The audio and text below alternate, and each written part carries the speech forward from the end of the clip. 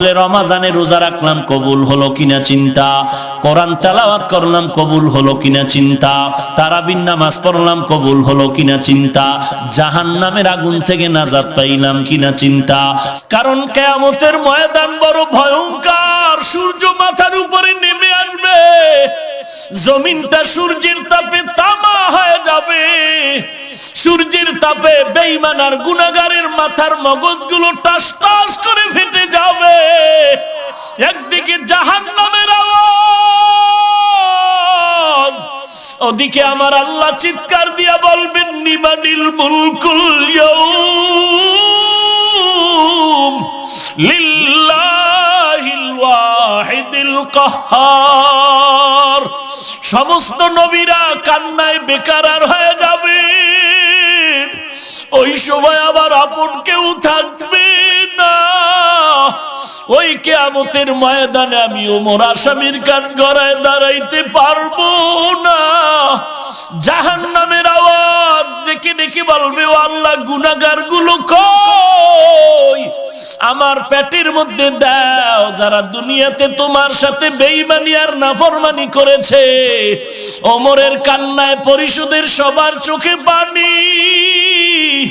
ও এলাকার যুবক, পা দুটো যদি আগায় দাও, আমি পায়ে হাত রেখে বলি, আল্লাহর কোরআনের মিথ্যা মনে করিও না। আমার নবীর কথা মিথ্যা মনে করিস না রে যুবক।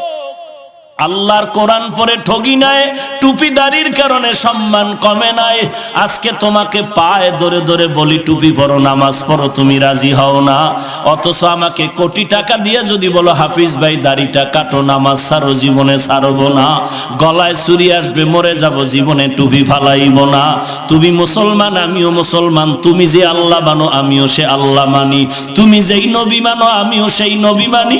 তুমিও যেই আল্লাহর কোরআন মানো, আমিও সে আল্লাহর কোরআন মানি। তুমি যেই বাইতুল্লাহরে মানো, আমিও সেই বাইতুল্লাহরে মানি।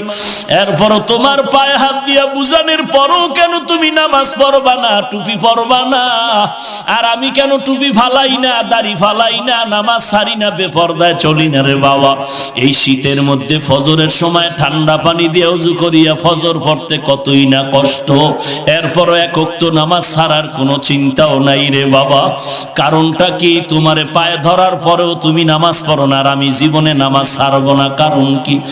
একমাত্র কারণ জাহান্নামের আগুনের ভয়।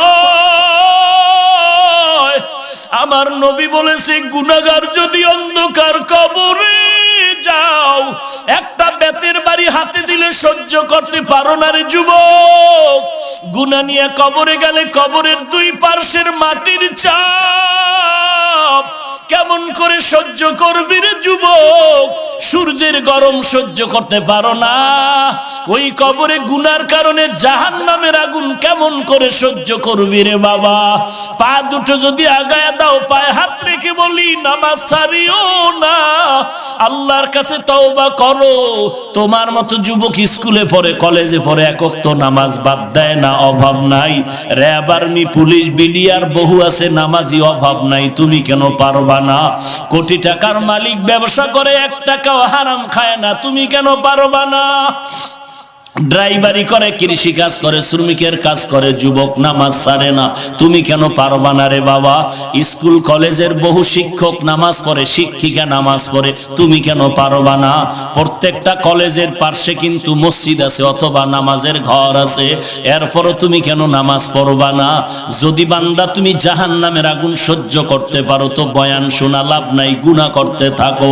আর যদি বালিশে মাথা লাগায় চিন্তা করো, না আমি জাহান্নাম সহ্য করতে পারবো না, তাহলে তুমি আল্লাহর ভয় নিয়ে তওবা করো, জীবনে আর নামাজ ছাড়বা না।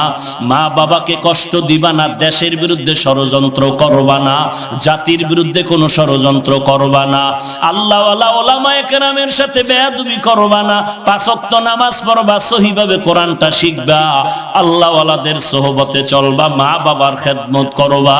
গলায় ছুরি আসবে আর নামাজ ছাড়বা না, জবান দিয়া কাউকে কষ্ট দিবা না, জীবনে কোনোদিন দেশ ও জাতির বিরুদ্ধে ষড়যন্ত্র করবা না। যদি বান্দা তোমার অন্তরে তওবা করার খাঁটি নিয়ত হয়, খাঁটি তওবার নিয়তে দুটো হাত আল্লাহকে দেখায় দাও। আয় আল্লাহ সবার হাত আপনি কবুল করে নেন।